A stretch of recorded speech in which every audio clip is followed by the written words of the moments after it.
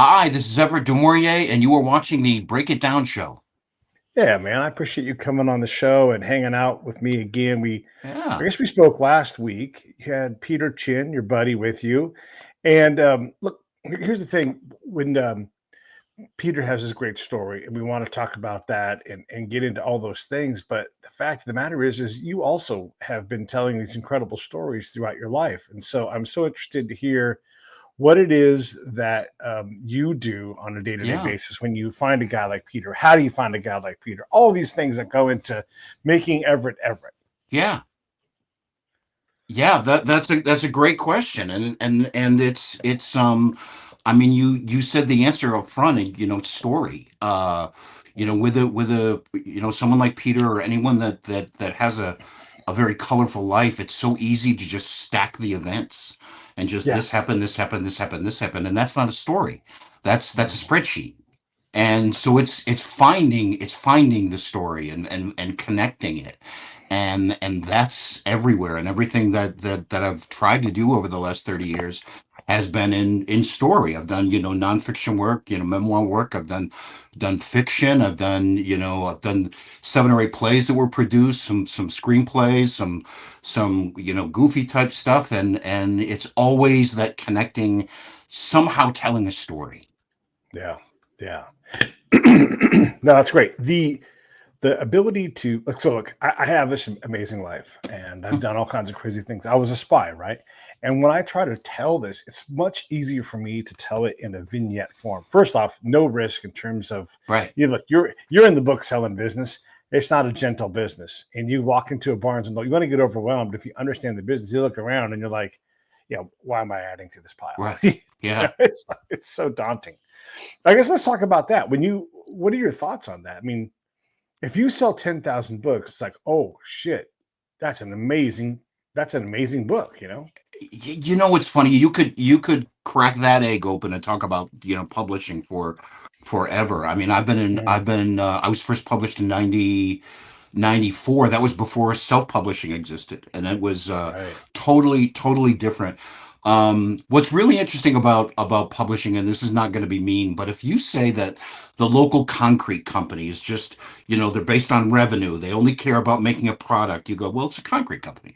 But if you go, Mhm. publishers care about, product or money and making, you go, no, it's books. No, they love us. They're interested. No, that's their Yeah. job. They have to show a profit. They have to, yes, they want to tell a story. Yes, they want to do it. But I think that's the first thing that young writers have a hard time is it's so important to me, therefore it must be important to someone else. But publishers really need to look at, will this make a profit? Will this, the investment that we're going to put in, the 2 years that we're going to put in on this book, will we get our money back? Right, right. If you want to see how hard it is to make money selling books, have a book that exceeds its first cycle of printing. And then go back to your publisher and say, well, we're ready to do two, right? Yeah.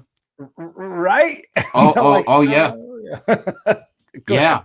And that's really common with, it's called frontlist copies. Usually the money is set where if we sell 70-80% of that first run, we cover our bet. And if you had a front list right now about some topic, something that was topical, you're not going to have a second. You're not going to have a second run. It's going to be Right. you've grabbed that wave, you've ridden it, and you hit your 70%, and then you're gonna cash out. And that's Yeah. really hard especially for a writer who's taken 2 years to put it Sure. together.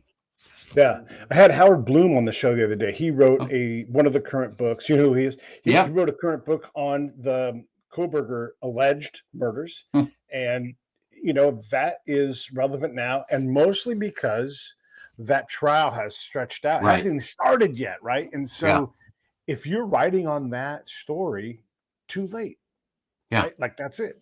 He can continue to make a little bit of money out of the other guys who've gotten it done, but all the sources have been reached, and so and yeah, maybe he'll get 2 or 3 printings, maybe he'll go to a third printing when it goes to court and everything else. But these things are finite, Yeah. like unless you really catch a break, and you can't rely on catching those breaks, because also, by the way, Howard's out there and he's cutting heads too. Yeah. And what's funny is when I started out, in the 90s, I started out with that business mind. So the first book Mm, that I came up with was, it was a book on the first year of marriage. So there were books on weddings, there were books on marriage. There was nothing on that first year. So mm, it was easy to market it. It was easy to go, hey, this it's going to hit this market, it's going to hit this market, and then it's going to recycle, because then you're going to have people that are going to be engaged, but now connecting in. So that was easy. mm. And then the first year of fatherhood was another one that wasn't done, that was easy. But since then, there's been so many guys that came up behind me. And now that there's probably dozens of books on the first year of marriage, and dozens of books, but that's the other thing too, is to think in that business mind and look at Yeah. a market that's not being served. It is not the case as much anymore, but like self-publishing, the demand to go on podcasts, right? It's a lot easier to get established authors on. It used to be that it was a little tougher, right? And then the other Yeah, thing is if you're a new author, you can't go on enough podcasts. And by the way, they're only helping you. Like it really doesn't do me any good. If your name was De Morier Everett and you were a new author, I would here's exactly what I would say to you. I'm glad to have you on my show. I'm glad to give you a break because you need to get on things and you can't even understand how many things you need to get on. It's going to help you a lot more if you kick in a couple $100 and I don't need to keep it. I'm going to run an ad. So yes, I get a right. benefit, but more importantly, you exist. And so $200 is not that much, but if you don't buy ads, and again, and I've learned all this from the show. Young authors don't get that you are the CEO and salesperson of the year for your organization Yep. every time you put a book out. Yeah. And I'll tell you what's really interesting about that is I haven't promoted a book since 2018. 2018 is the last book. Just in 2018 to now, Mhm. 2018 was how it was. It was TV, it was newspaper, it Mhm. was live events, it was the basic, and we did very well. We since 2018 to now, podcasts have exploded. And, and Exploded. and Yeah. podcasts are such a big part of book promotion now. Yeah. In fact, we have done, we've done some local newspaper, we've done a couple of other, radio type things, national radio, but it's all been, for Peter's book, it's all been podcasts. Yeah. And it's fair to say that, like, let's just take my show. Established all kinds of people. They love the books. They buy them or they don't. Right? I don't even worry about it. I know we'll sell books. I am bigger than a regular bookstore. Right. Am I bigger than a Barnes and Noble that you sit in? Absolutely. Yep. Like because you're pulling your own weight and that's it. Barnes and Noble isn't really going to help you. You've sat Right. in a Barnes and Noble and you're like, all Yeah. right, you and I can do this. You don't have to get off your chair and Yep. and I'll expose you to a lot of people. Now take me times a couple hundred, and that's what a book tour looks like. Yeah. Yeah. I'm old enough where I remember these things called radio tours. Do you remember them? Do you remember those? Yeah, And I yeah. did one of those. I did a couple of those. And what you do, basically, you get up at like 5 o'clock in the morning, and you get your coffee, and you get on a phone, and you start doing radio shows from the East Coast to the West Coast. Yep. And so it's, so here it is, 11 o'clock in the afternoon, and you're going, good morning, Bill and Smiley at Yeah. your breakfast club. How are you doing today? And you just do these. Yeah. And you do like 50 of them. Hmm. Boom. There was so many things back then with Yeah. promotions, so many things. Yeah. The other side was interesting is before Mm. self-publishing happened, I could pick up the phone and call any local news agency before and say, I'm a local guy, I just had a book published, and they would say, when can you be here? Right. When Right. can you be here? Because it was a big deal. Now there's a lot of white noise, and Sure. it's a Sure. lot more difficult. Yeah. Yeah, and if you are not established and you come to me and say I'm a coach, I don't think I can help that person. Yeah. I don't Yeah. even want their money for an ad because there are so many coaches. And look, I'm not saying anything bad about anybody, but when a space is crowded, it's crowded.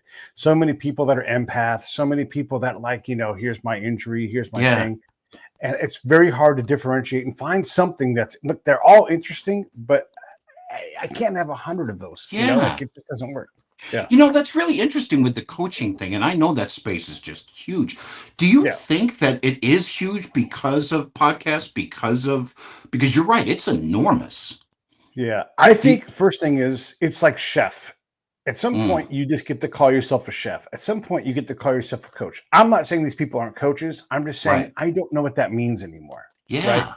Right. And it's too easy. Even if you have someone, you pay them and they give you a coaching certificate, that means fuck all to me. I don't know what that means. Yeah. Even if I recognize the name of the coaching institute that you graduated from, that doesn't mean anything. It's worse than saying, and again, I'm just being hard on people here, but I'm a comedian. I don't know what that means. Like, what do Right. you mean? What have you been in? What have Well, you been on? you know what's interesting about that though? If I say I'm a comedian, you are assuming I have spent one time in front of people.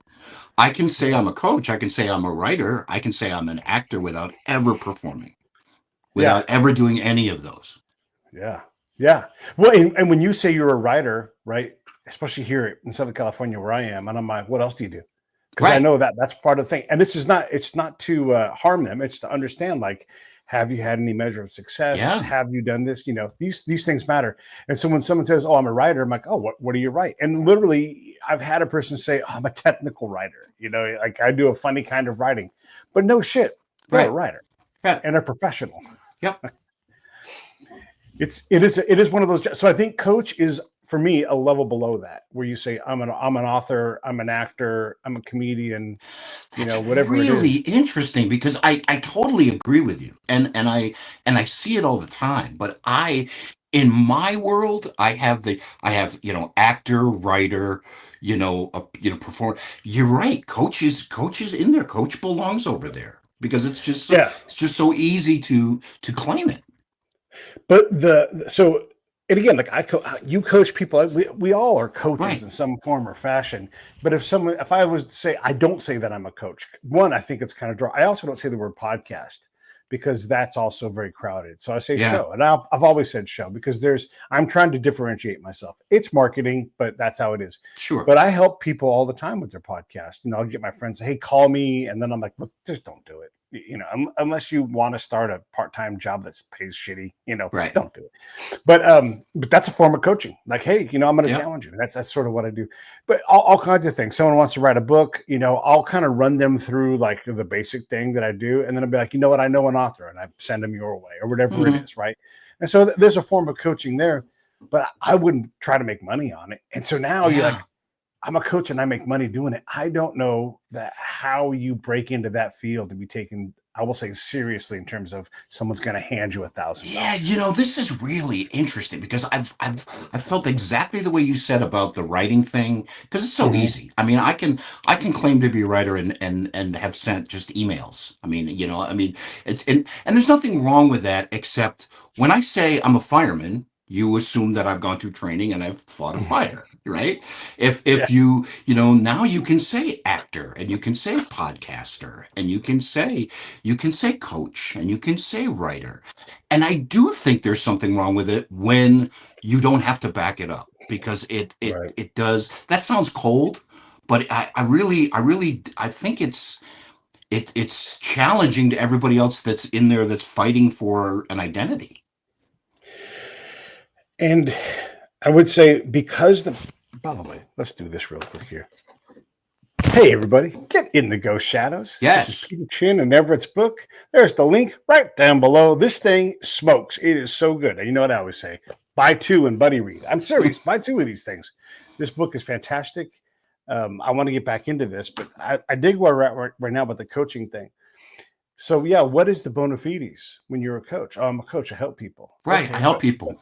yeah, Right. help me. Well, how are you going to help me? Like Right. I've hired a coach for podcasting. I'm like, oh, all right, I'll buy it. Right. Help me out. And I'm like, yeah, I'm ahead of you. It doesn't Right. help, And I paid him, but it was like, my God, you're not able to get in front of me. And I'll say that, like, you're not able to get in front of me. Get in front of me, and we'll keep going. But don't tell me stuff that's behind me. And what's And funny is hard. I'll say this, I'll admit to this now. When we were going through some old stuff in our basement and I came across my wife and our engagement announcement in the paper. We've been married over 30 years. And it was the Yeah. engagement announcement that was put in plastic and it's all safe and everything. And in it said Everett De Morier is a buyer at IBM in Owego, New York, and a freelance writer. And I looked Oh, at that. I hadn't written a word. I hadn't not published a word. I yeah. hadn't written a word, but I had the guts to just say, oh yeah, and I'm a freelance writer, because it gives you space, it gives you freedom. It goes, hey, if I mess up at work, it's okay because I'm really a writer. Yeah. I'm really this. Yeah, I claimed it. I did the exact same thing. I'm a writer. I also used to be a pretty good athlete, but like if I start talking about on X or something, if I start talking about technique of outfielding, I'm quickly going to be out of my depth because there's actual Major League Baseball players on there and they'll Sure. chime in and I'm like, hey, I don't. And so I have to qualify that when it comes to sports. Like, look, I know about hitting. I know a lot about baseball, but if a guy who hits for a living shows up, I'm going to be like, well, I mean, look, what am I talking Right. for? Yep. And so, look, I'm a writer. I am. I've published all kinds of things. And I say Yeah. published, I've self-published. I've put them on the web and you can read them. Yeah. They're funny. They're Yeah. interesting. I'm not a writer, but, I mean, and I've made money writing, Right. but, am I a writer? And you No. could, you could, we gain something. Those people gain something by saying I'm a coach. They get something Yeah. out of that. There's something they Right. get to claim. Hey, I may not be what I want, but at least I'm a coach. Hey, I may not be what I want, but I'm a writer. We get something. I got something out of that. Putting that in the local paper 30 years ago. I Yeah. got something out of that. I don't Yeah. think that's a bad thing. No. I do think that it does confuse things, and it does. I I think it takes away from the people who spend 15, 20 years to get there, to get that little slice, because they're at the same level than the guy that just says, I'm a freelance writer that's never written a word. I think that's the Yeah. thing that bothered me about it. Yeah. Yeah. And again, I'm being hard on folks that are doing their best to do their best, and Yeah. I get that too. And you have to give them a start, but I don't know. I can't help them on my show. Right. There are a lot of legitimate coaches where I'm like, that person's legit. They help people. They've got a Yep. huge crowd around them. But if you don't have a big crowd around you, who are you coaching? And how Right. do you start that? Oh my gosh, I have no idea. And so that makes me think, how do I help you? I don't know how to help Right. others. Yeah. And how do you begin something like that? I mean, writing, there's a path, go get public, go get this, go get this, go here are this. With coaching, how do you, it's like, yeah, I'm a werewolf. Well, where have you been a werewolf? Well, look, Yeah, I'm looking for werewolfing opportunities. Okay, but where have you werewolf before? Where have yeah, you? yeah. It's goofy. It is goofy. All right, so let's take the writing model Yeah, because you do several types of writing, right? yeah, Playwriting is different than screenwriting, which is different than teleplay writing, which is different than, and that's all in one big discipline. Then yeah, you add in the fiction books, then you add in biographical books. You add yeah, in, I'm sure you must ghost write. I mean, look, yeah, you're a writer. Give yeah. me something to write, or I'll make up something and sell it myself. Right, exactly. And the ghost writing is lucrative. The ghost writing part is, the younger me thought that I was too good for that. The younger me thought that, Sure. this is my art. This is everything. There's a lot of redeeming. I mean, the ghost writing, and can be very, very rewarding, and it is incredibly lucrative.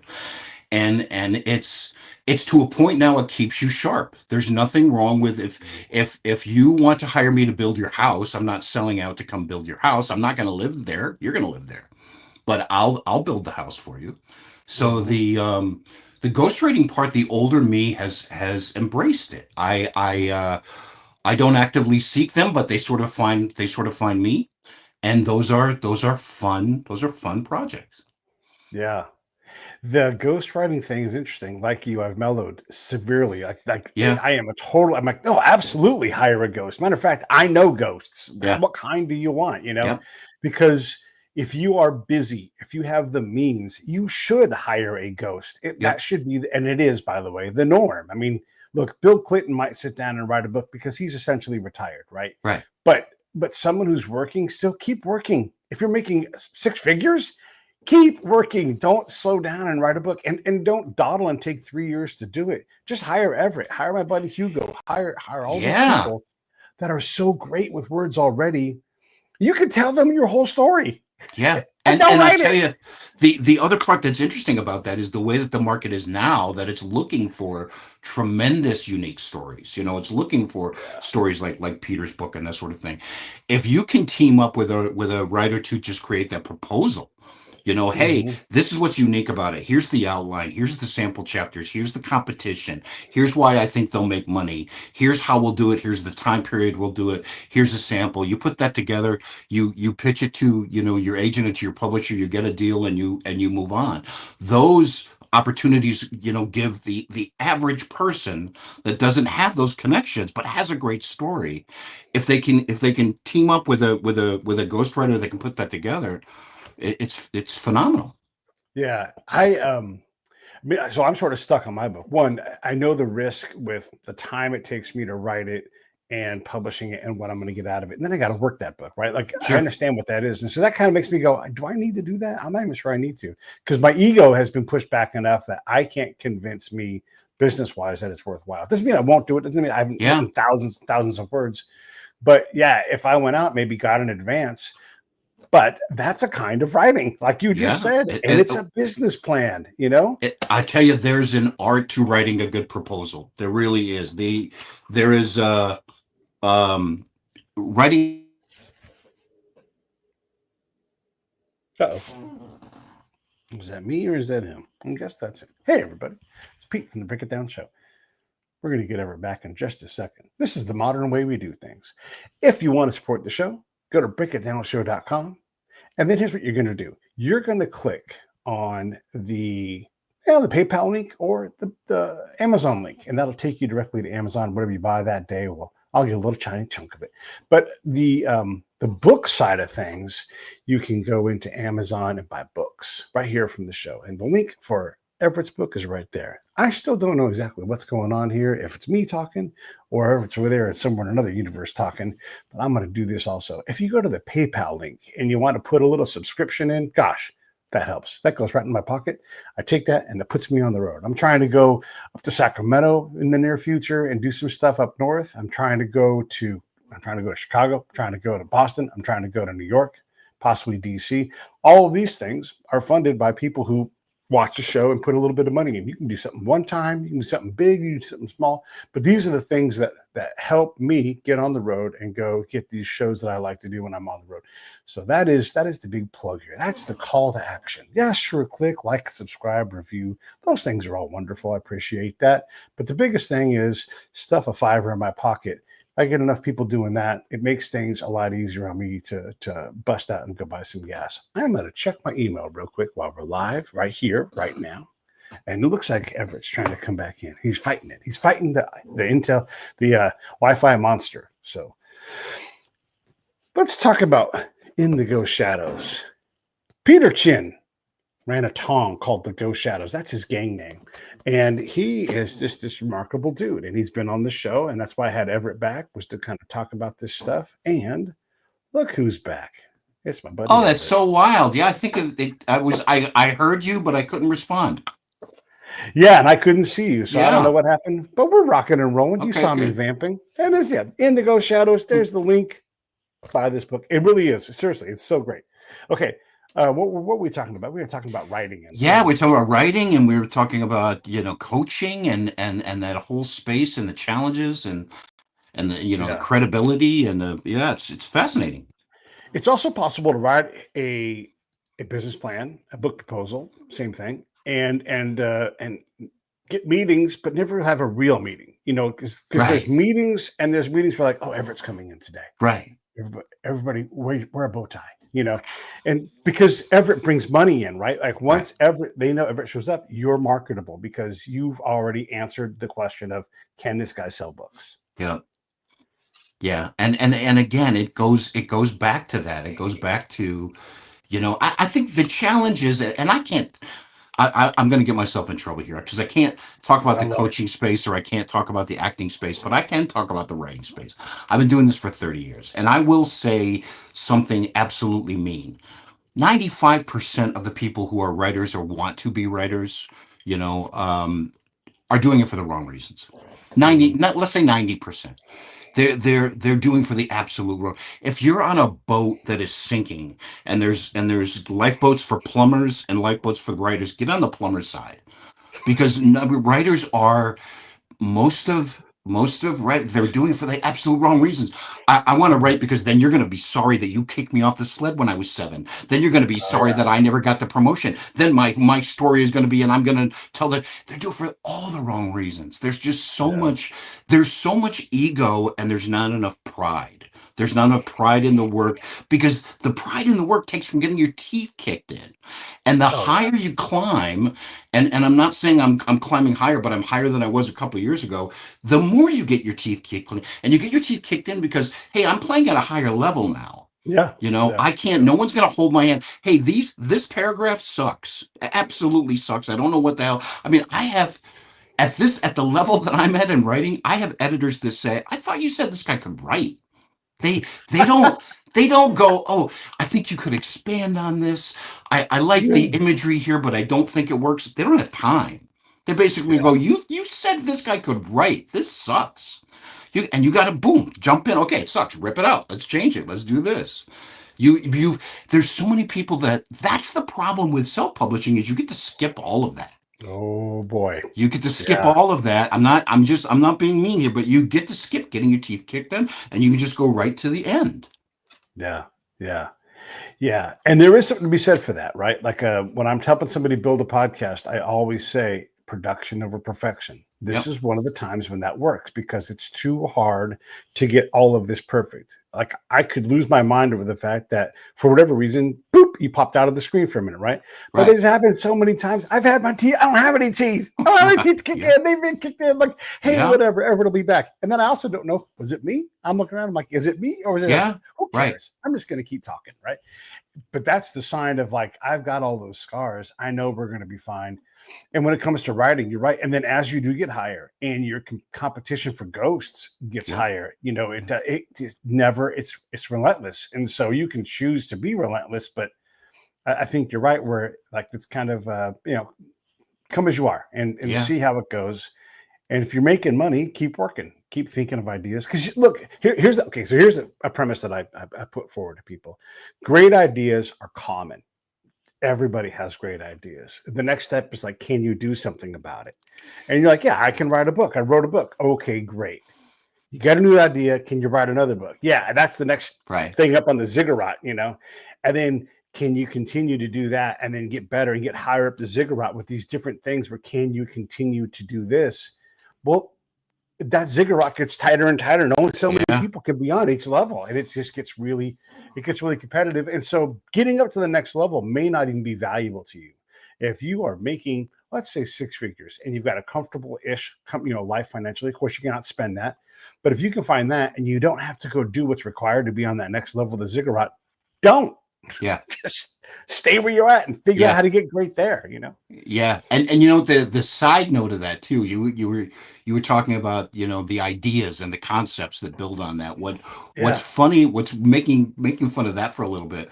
What I get a kick out of is when you're ghosting or when you're looking at other projects and stuff. I love people going, well, I'll let you see, I'll tell you my idea, but you need to sign an NDA because it's just so good. This Yeah. idea is so good that if you knew it, you would do. Well, Yeah. Oh my ideas God. are, everybody's got a million a day. Everybody. The And idea yeah. is the seed. Yeah. It's everything else that you build around it. Yeah. Yeah. By the way, like if you did steal and that happens, right? I'm just gonna go get another one. I'm just Right. gonna move forward. And I'll sign your NDA. Are you really gonna take me to court? Do you have the Right. money to take me to court? Right. Do I even care if you take me to Right. court? Right. It's so fun. So yeah, I mean, look, I sign NDAs all the time. It's the nature of this business, and people are trying to protect themselves. There's no problem with that. But you're right. Ideas Yeah. are Ideas common. are cheap. Yeah, Yeah. they're wonderful. They're incredible. They Yeah. build, I don't want to belittle them, but they're not. I think there's a large percentage of people think that the idea is everything. All I need is Yeah. the idea. If I just sit down, I mean, I have had, you got me talking now, over the last 30 years, I have had multiple times where people have said, I have a book and I just need fine tuning. And they'll send me 3 pages. And they'll go, well, Oh. that's it. That's everything. Just expand it. And in their Oh. mind, that 3 pages is your 300-page book. Just Yeah. expand that. That's everything. I gave you everything. That's just fix it. Yeah. I'm going to go Arial font size 200. All right. Now we Right. only need 20 more pages. Yeah. No, You're going you're to have to good. write. That's right. Yeah. Yeah. And I guess that's the reason why there are only so many people that really get to be successful at anything, whether it's plumbing or writing. And again, like writing, it just breaks off into so many little tiny It facets. does. It's very common for people to write a lot of things, but I imagine you really write one thing well. You get paid to do a bunch of things, but there's probably a home space for you that you're well aware of. And you don't have to say if you don't want to, but you're like, this is actually right where I need to be. But I'll take on a screenplay, sure. Yeah, and I'm the weird guy that goes outside. I think the only thing I haven't, well, that I've done poetry because I've done poetry in plays, so I've done like rhyming narration in plays. But I think Uh-huh. I've done a little bit of everything because it was just needed at the time. Yeah, But it's just that there's creative stuff in everything. There's creative stuff in business writing and memoirs, and I think with anything, whether it's ghosting or whether it's anything, you have to enjoy it, and you have to have you have to like the people that you're doing. I mean, I turned down many projects because it's not gonna work. It's just not right. it's not you're not gonna work. But it's yeah, you have to just connect. Yeah, yeah. And there's another gear you just mentioned. You can turn down work because Oh work's going to yeah. come in. Even if you need work, this isn't the right project because there's nothing worse than a bad project. You And know, there was a time when I had to take everything that sure, came across the desk, everything. right, And yeah, yeah, and you have to keep the lights on. And there's a cost for that. There's a oh yeah, serious cost for that. Yeah. yeah, yeah. Yeah, yeah, it's an interesting thing about that industry. I'm working on several projects right now, and one of them here, I'll pull the book down and throw a little happiness at Brooke. So Brooke has got this book, Nice. Nudge Nudge, Wink Wink Nudge Nudge, and it's about sex trafficking and websites that focus on sugar daddies and sugar babies. Mm, And so we're working on is building out a screenplay because the thing that I've realized that I get to do here is like I probably asked you like, hey, what's up with the rights for you guys' book, and I think you guys are contracted and everything, so I mhm. leave you alone. But Brooke is not fully there, and I'm like, well, let's work on developing and use some of this development work that we can do kind of in the blind, and so that when I do, because here's what happens now, right? People know that I have access to Everett and I have access to this, so they'll say to me, what do you have in Right. pirates? And if I don't have it, now I can go find it. And of course I have it. Oh, yeah, I've got something on that, of course, every single time, right? Because that's the answer. Yes, of Yeah. course. Because I also can find it. I also Right. can go out and find a fantastic thing. Like someone the other day is like, what do you have on this Israel Hamas conflict? And I'm like, I absolutely have someone. Right. And maybe it goes nowhere, but I'm being asked. And this is when we alluded to it earlier, those higher level meetings where it's like, oh, Everett's coming. Right. Here comes the money man, right? So they're coming to me because we are looking for these unique things, and I keep having incredible stories because I have this ridiculous show. Who knew that this would be the main thing Yeah, that but that looks but like but it's the it future. it's that's amazing though, because that is a venue that didn't exist, not too many years ago. Yeah, And yeah, there were yeah, people, there now are many people who have a great story and get on a podcast and tell their story. They've never written a book, never did anything, but they've got a great story. And now yeah. they might catch that wave. They might be, hey, I heard the guy talk Mhm. about, being homeless in Atlanta, and that's a phenomenal story. Has he ever thought about? So I think that's the aspect of podcasts is you can create these sort of instant mini platforms for people. Yeah, And it yeah, used to yeah. be, if you have a great story but you don't know someone at Simon and Schuster, you're never, no one's ever going to. But now, I Right. mean, you look at true crime. True crime is its own genre as far as podcasts, and Yeah. as far as it's huge. Yeah, yeah, no, it is, and I would say a level above that, where you've written the book, you've written In the Ghost Shadows, and you're not secured, and you're like, well, I've been on those Hollywood tours, and it's like because those Right. aren't the right meetings. Yeah, Right. you have to do those. That's a way to break in, but your odds are long because you're competing with everybody, and you have this much time, and nobody wants to sit in front of you because you don't have any money coming with Right. you. Right. They don't know that at least. And so I now have the ability where both sides, I can kind of bridge this gap where I can say, you have a story that I think is interesting. Yeah. Let's put some extra work Brilliant. into it so that when we do show up, they go, hey, you already have a story, Bible? Like, Yeah. we expect you to have Brilliant. to change it, but it's Yeah. done. Right. Yeah. Yeah. Very clever. And Yeah. and I didn't invent that. That just sort of showed up. And I'm Yeah. like, oh, because everybody on both sides of this canyon kept saying, hey, Pete, keep going. You have something here, keep finding these stories, and then they're like, hey, keep getting me meetings like that. And again, most of them don't work Yeah. because you got to have 100 meetings to get one. And then all of a sudden, one you had 6 months ago, they're like, hey, remember that meeting you Always. had 6 months ago? Yeah. And so Yeah. you just do it. You plant the seeds. Yeah. Yeah, it's amazing. Yeah. Yeah, Yeah. and that's a phenomenal method, and I can see it, and I've seen it. I've seen that, happen before. That's incredible. Yeah, yeah. Here's another thing I try to do. And you tell me from your author's perspective. When In the Ghost Shadows drops in my lap, and I'm like, man, I think I can throw this at a couple of production houses, see if they're interested in maybe doing something. Sometimes they want to go long and go, you know what? Let us fund it.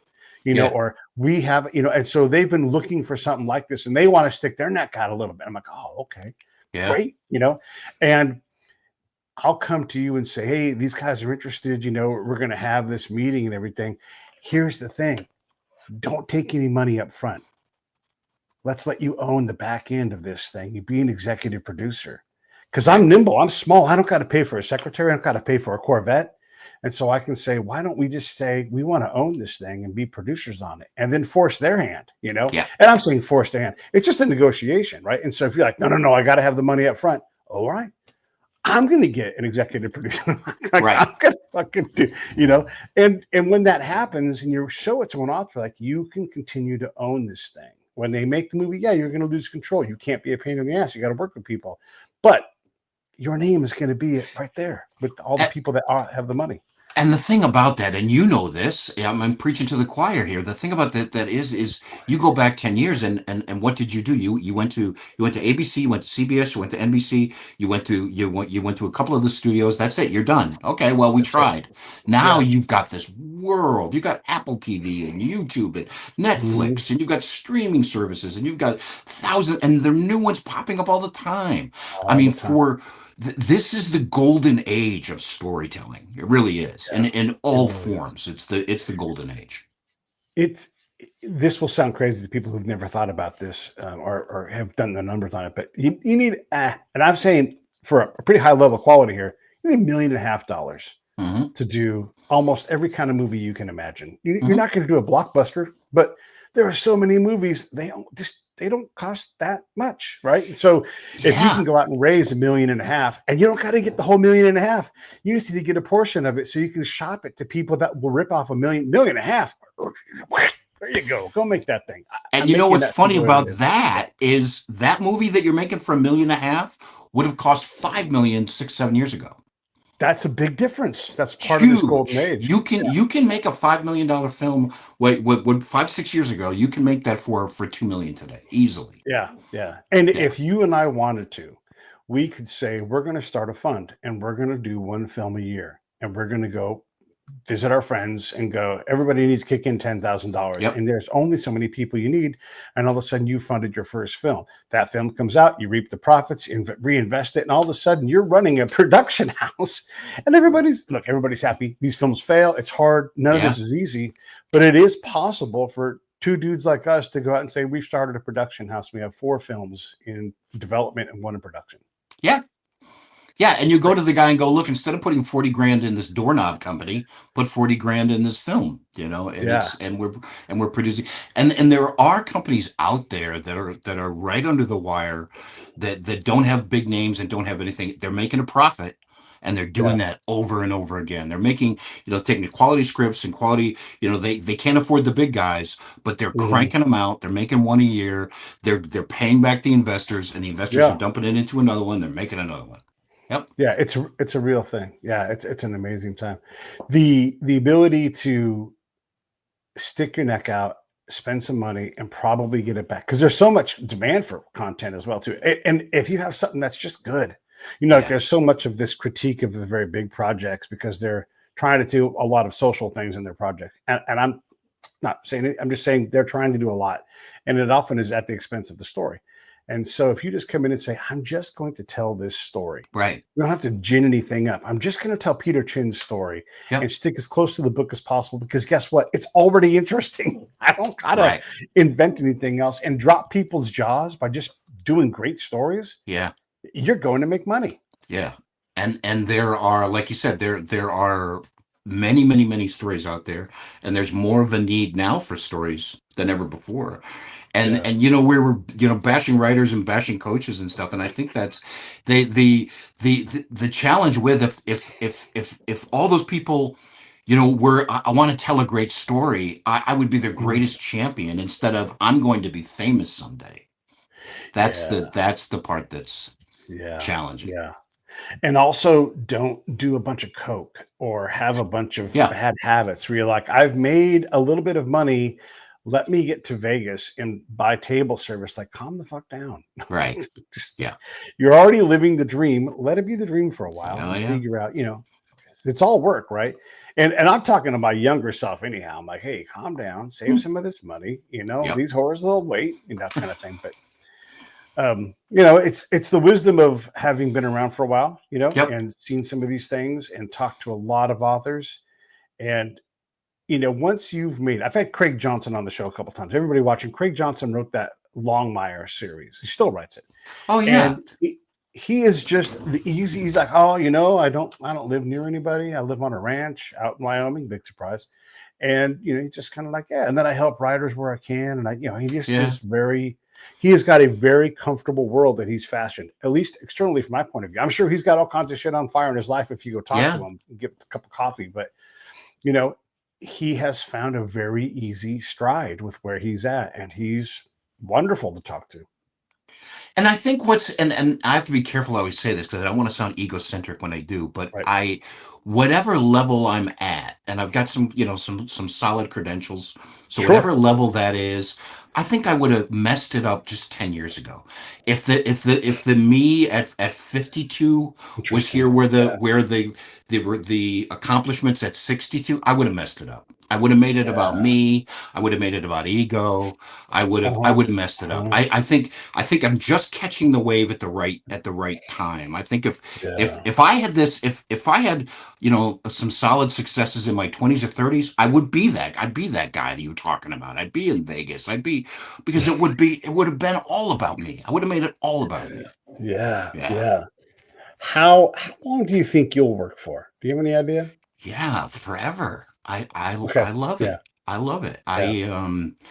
It's not, it's kind of a goofy thing. You say work, and it's just, no, it's like, think of the thing you enjoy doing the most, and people give you money Yeah. for it, Yeah. and I get to I do that. get to At do this. at a Yeah. time, if there was a time that I was out to make my mark, I was out to prove you wrong. I was out to get published. I was out to prove this. I Right. was out to sell, but there was that time, and now I get to get up, and I get to do ridiculous things on a laptop, and people give me money. So it's, Yeah. When did you say to yourself or feel like, I actually am going to pull this off? Right. Because even in the 90s, when you had, sold a couple of things, that doesn't mean anything. no, it Like, doesn't mean anything.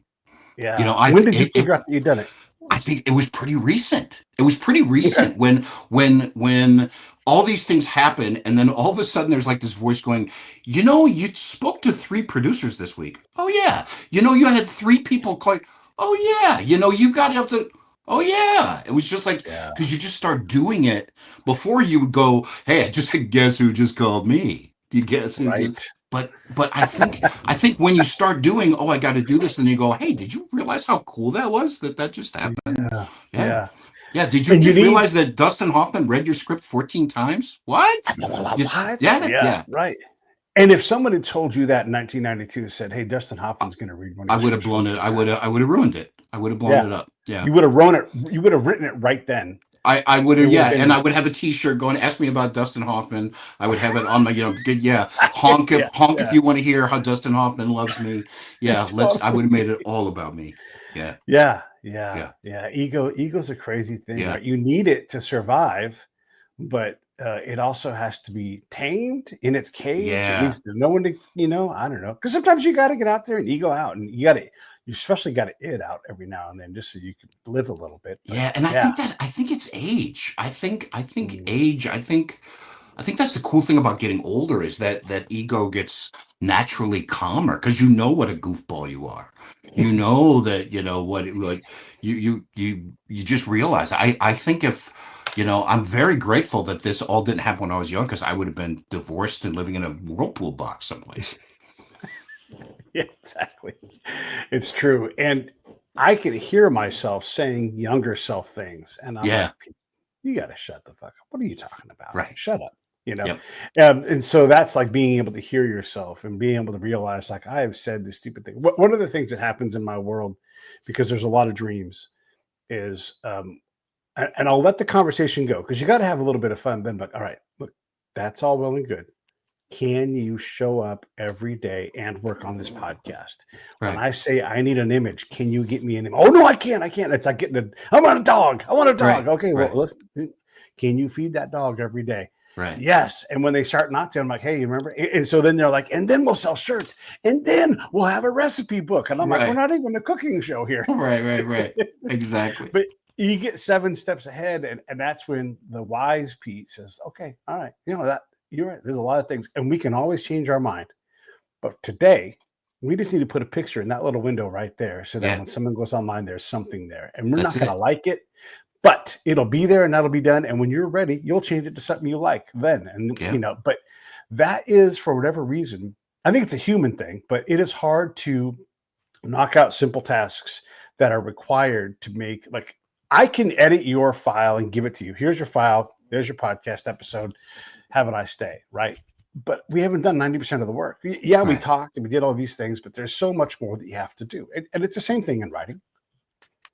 Yeah, it is, and there's so much that's just the mechanical, the mechanical Mhm. stuff. You put the post here, you put the tarp here, you put build this here, put the block here, and Yeah. you do that mechanical stuff. But if you do it the right way and you do it often enough, and you put words on a page, you do it for the right reasons, Yeah. it's rewarding. Yeah. Yeah. When you have a book that doesn't crush like you want it to, because you want every book to crush, every book Yeah. is great, right? But they don't all get to perform the same. How does it make you feel?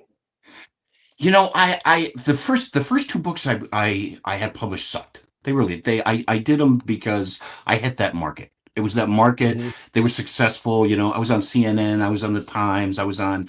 They because it just hit that market. Writing wise, they were Mhm. horrible because I did it for the wrong reasons and I did it. The other books did well, but there was a shelf life. They weren't that life altering things that you wanted. Mhm. They have, but they do. It's the same thing that you just said. You said, when did you know?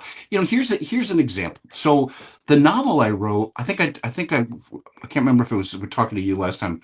The there's September 1st in the novel I wrote is a pivotal day in the novel. It's when the characters die. This guy drove 3 hours after reading the book to be at that bar on that day because he wanted to Mhm. celebrate. The bartender called me. Couldn't believe it. The publisher got involved. We created a holiday. It's on its third year. This year, it's 33 Cecil's Day in Binghamton, New York. The mayor of Binghamton, recognized it. Every September 1st in Binghamton, New York is 33 Cecil's Day. Novelists don't get to do that. That's Right. ridiculously cool. The Yeah. 30-year-old me would be going, ask me about 33 Cecil's Day, and everything. The older me goes, that's really cool. And then I forget about it. You forget about it. Yeah. I'll tell you, I might get him in trouble for this. I was flown to Vince McMahon's house not too long ago to talk about writing his book.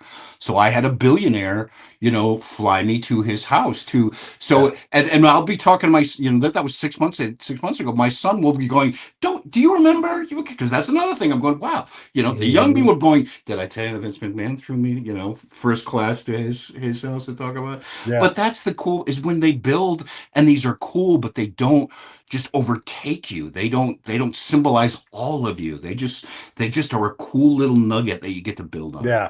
Yeah. You know, I don't want to get in too much trouble, but I'll do the same kind of Yeah, thing. you do the same thing. You know, when you get flown to a billionaire's house, and this is old man stuff, right? It's not about you, man. No. It's about that person. They Yep. they're like, it's cheaper for me to fly you Yep. first class, put you up in a nice place, and Yep. sit you in front of me than Yeah. for me to do And then what? kick you You know, home. Yeah. Yeah. right? Yeah. They're Absolutely. like, this is Yeah. I I've bring got you to in. fit I you into walk my in. day. I take my hour meeting, and then I leave, and then you. Yeah. Yeah. You got absolutely. Look, we Yeah. are an insignificant part of their day. And we're like, they Yeah. spent $2,000 on me. And Right. that guy's like, wait, what's the next thing? And you're like, you're there to do your work and they're able to process it, but their time is valuable. That's why they don't drive. That's Right. why they don't write their own books. Yeah. And so you get flown there and you're just it's like being over a winning golf putt, I think. We're like, Yeah. I just need to just be myself. I can make this putt. I'm not even worried about making the putt, Right. but it's me worrying about, it's for the championship. And it's all that stuff where you got to sit there and just be yourself. You got there because you're yourself and just do your job. Yeah. Just do your job. Yeah. Yeah. Yeah. Yeah. But it's all. I mean, it's all a balancing act too. I mean, it's It getting there. It's getting those opportunities, and then it's being able to handle those opportunities, and being able to package and file those opportunities away, and not to make them about you, not to make them. Yeah. Yeah. And it's funny because people bring different things. So look, I am a writer, right? But I'm not a writer like you. But I'm a writer and I enjoy writing. I'll sit down, I'll write about baseball. Sometimes I'll write one of my little vignette stories that are fun. And when I work with these little workshops that I do, I shouldn't say little, when I do these workshops with writers and we work on improving their story to make it more lush and rich and everything else, I don't want to write it. Right. It's not my project. It's their project. And so I realized I'm glad to like tell you about the business, tell you about story, to bring things that you may not know, or just bring a different point of view. All of those things are valuable to the author. And then my job really is to step back and go, okay. And as long as they're doing the work, I need to let them do the work. I need to let them write it. And I don't want to own any part of that real estate, even though I'm a writer and I write my own things, but this is our thing. And really it's their thing. And I'm trying to just improve the foundation of the house, Yeah. get things ready so that we can put some 2x4s up, Yeah. and so that when someone comes in, you're like, this is where the bathroom is going to be. And you're like, okay, yeah, this is Right. cool. Right. Yeah. No, I'm but it's with not you. about me writing at all. Yeah, and again, I think part of that is age. I think part of that's getting your teeth kicked in. I think it's absolutely being rejected and learning from that rejection. And I think age. I think that's just part of it. Yeah. Age is actually a cool thing. It is. Have you ever read Cicero's essay on No. aging? Mm-mm. Oh, it's wonderful. He basically says these kind of things. He's like, I don't have to be a hound dog anymore. I Right. can have the company of a woman. I can have a glass of wine. I don't have to have 100. I have all these things. You might have 100 ideas. And I sit there and I listen and I'm like, well, that's the one right there. Right. It's Right. that one. Yeah. And so there is something to, one, we don't have all the chemicals in us that the youth have. And it's like just gigantic. Yeah. But the other thing is, you've been through some teeth kickings, and Yeah. You're calmer. And I think part of it too is we all bought into that, at 18 you graduate high school, at 23 you graduate college, at 25, 26 you have your first serious job, at 28 you're engaged, at 31 you have your first kid, at 34 you've moved out of your starter home into your second home. Who came up with that schedule? That's that's not real. Our brains aren't even done cooking until we're 25. Yeah. And if it you should get start married, at 25. 25 should be start. Forget about anything. Everything should start at 25 because that's when we're done cooking. yeah. And if you get married at 18 and have a kid right then, That throws the whole thing off, right?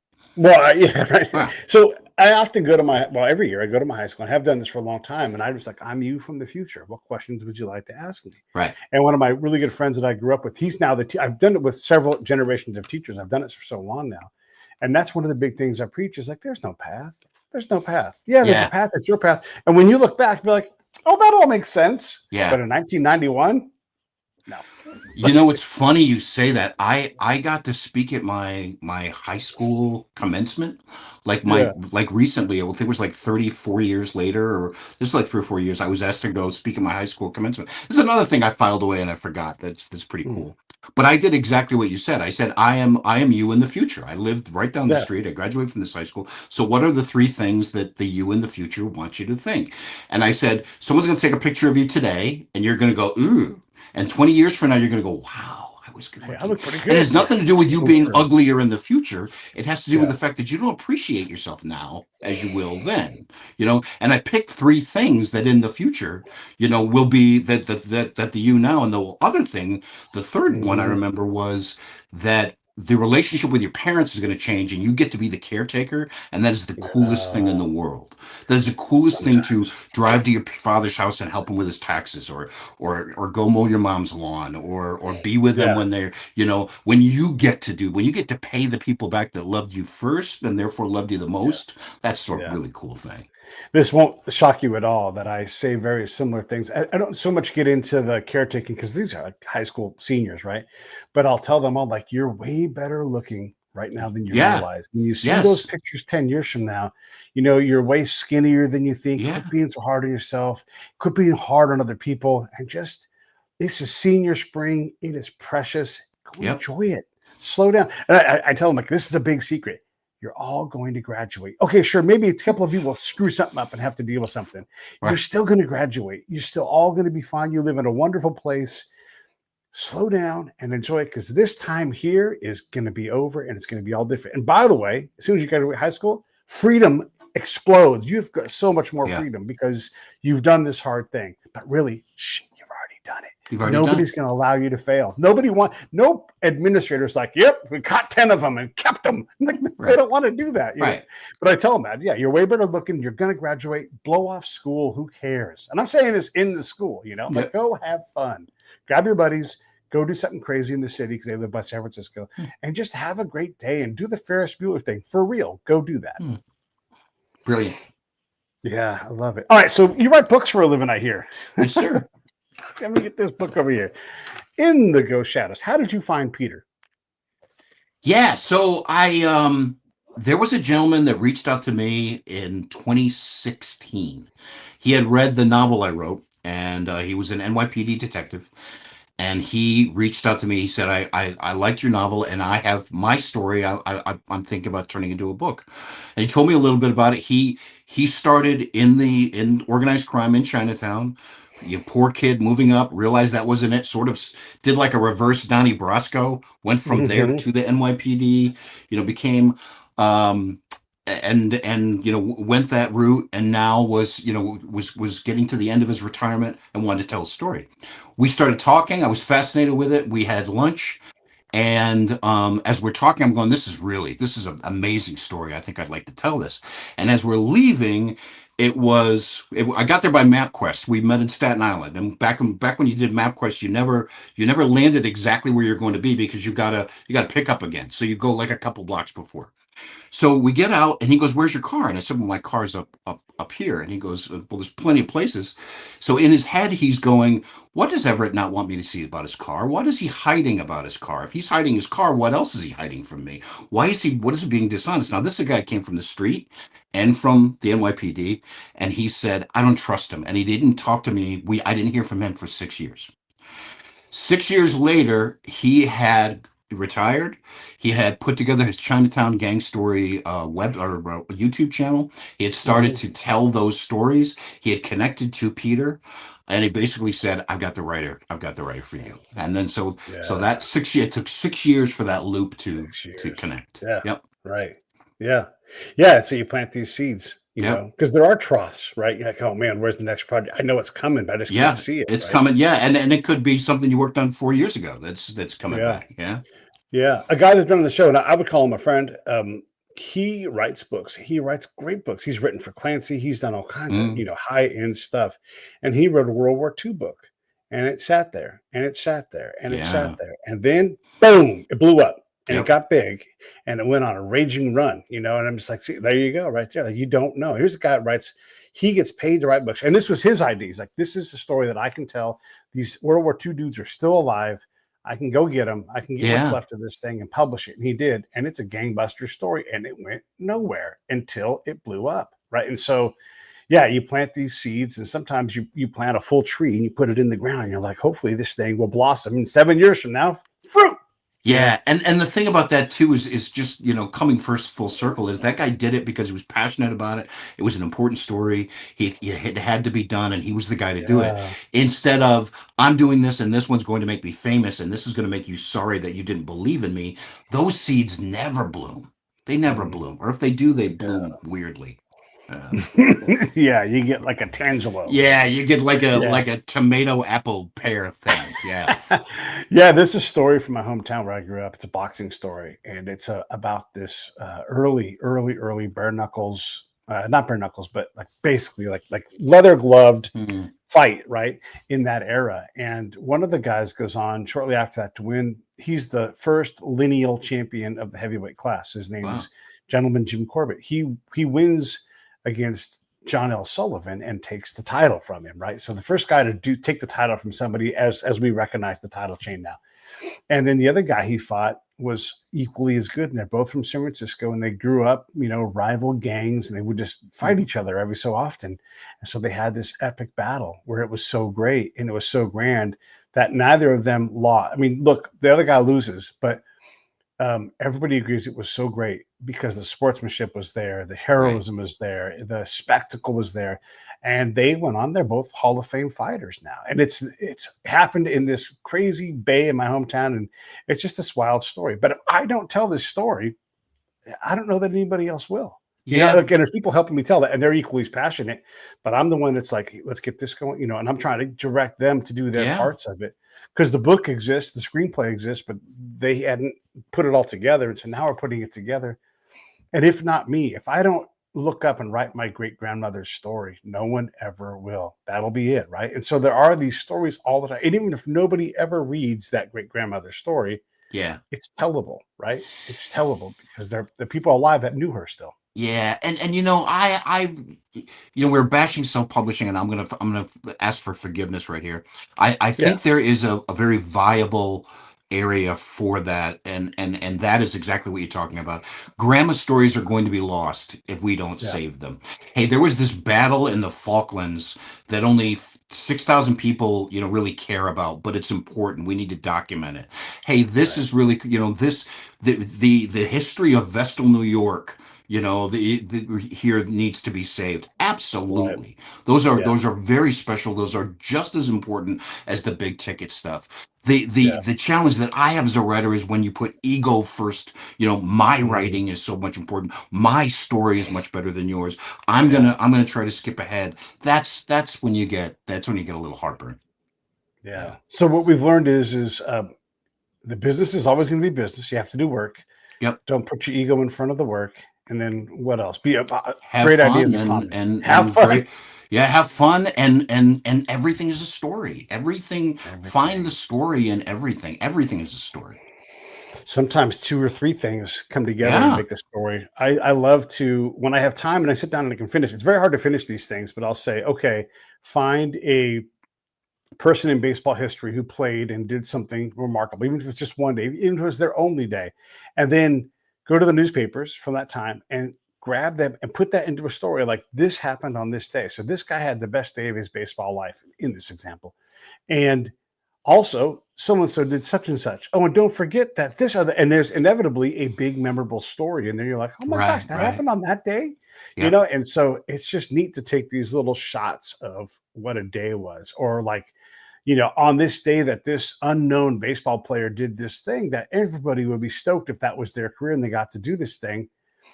Sugar Ray Robinson fought so-and-so. You're like, oh my God, that's, and so it's just this neat little, I don't know. It's just like jellyifying all these things into one little story that really, no one's ever going to take that and wrap the string around these things and give people some measure of entertainment and delight. But that's what I like to do sometimes. Yeah, that's valiant. I mean, that's amazing. Yeah, absolutely. Yeah. And I'm thrilled to do it. They get a little bit long, and I'm saying like 2,000 words, so it's not super long, but you sit there and I'm like, I have to get it done. And then I got cataracts, so I can't see all that great right now. So it's hard for me to proofread. And so really, I'll just kind of kick it in the ass and send it out and be like, that's going to be good enough because I'm not getting paid for this, right? Right, This is, right. you're getting a very good rough draft. And if there's some mistakes, hey, guess what? Ask me and I'll let you edit it. Right. You Congratulations. Can go fix it. Yep. Not worried about it. All right. Anything in closing for you, Rat? Thanks for indulging me telling you what I was writing about. No, it's all good stuff. What else do you want to cover, or do you want to just wrap this thing? Yeah. I think we're good. I think it was very interesting. There is this book, In the Ghost Shadows. What book is next? Yeah, we got a couple of projects I can't talk about that are they're pretty. One is in the true crime world, and one is a little different, and those I think are going to be. I think we're going to announce those pretty soon. I love it. Yeah. All right, let me hang this thing up, everybody. I will see you tomorrow. I got another great episode. You're going to love Tony Toast and Everett. Thanks for coming on. I'll be right back. Thank you.